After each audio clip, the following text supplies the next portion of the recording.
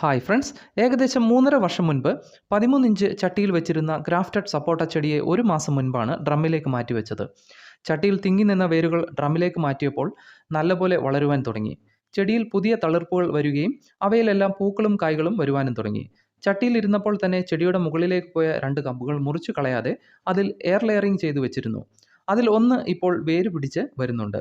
ഇതിനു മുൻപ് മറ്റൊന്ന് നശിച്ചു പോയിരുന്നു. സപ്പോട്ട ചെടികൾ പുതിയതായി വെക്കുവാൻ ആഗ്രഹിക്കുന്നവർ ഗ്രാഫ്റ്റഡ് ചെടികൾ വാങ്ങി വെക്കുന്നതാണ് നല്ലത്. വിത്തുമുളപ്പിച്ച തൈകളും എയർ ലെയറിംഗ് ചെയ്തെടുത്ത ചെടികളും ഒഴിവാക്കുന്നതാണ് നല്ലത്. അതുപോലെ സ്ഥലപരിമിതി ഉള്ളവർ ഡ്രമ്മിൽ ചെടികൾ വെച്ചാലും അത്യാവശ്യം പഴങ്ങൾ അതിൽ നിന്നും ലഭിക്കുന്നതാണ്. പക്ഷേ എപ്പോഴും ചെടികൾ നിലത്ത് മണ്ണിൽ നടുമ്പോഴാണ് കൂടുതൽ വളർച്ചയും പഴങ്ങളും ലഭിക്കുന്നത്. കഴിഞ്ഞ വർഷം കുറച്ച് പഴങ്ങൾ ഇതിൽ നിന്നും കിട്ടിയതാണ്. ഈ വർഷം അതിൽ കൂടുതൽ ഞാൻ പ്രതീക്ഷിക്കുന്നുണ്ട്. അതിന് അത്യാവശ്യം വളപ്രയോഗം ആവശ്യമാണ്. പുതിയൊരു വീഡിയോയിൽ ചെടിക്ക് കൊടുക്കുന്ന വളങ്ങളും ഉപയോഗ രീതിയും കാണാം.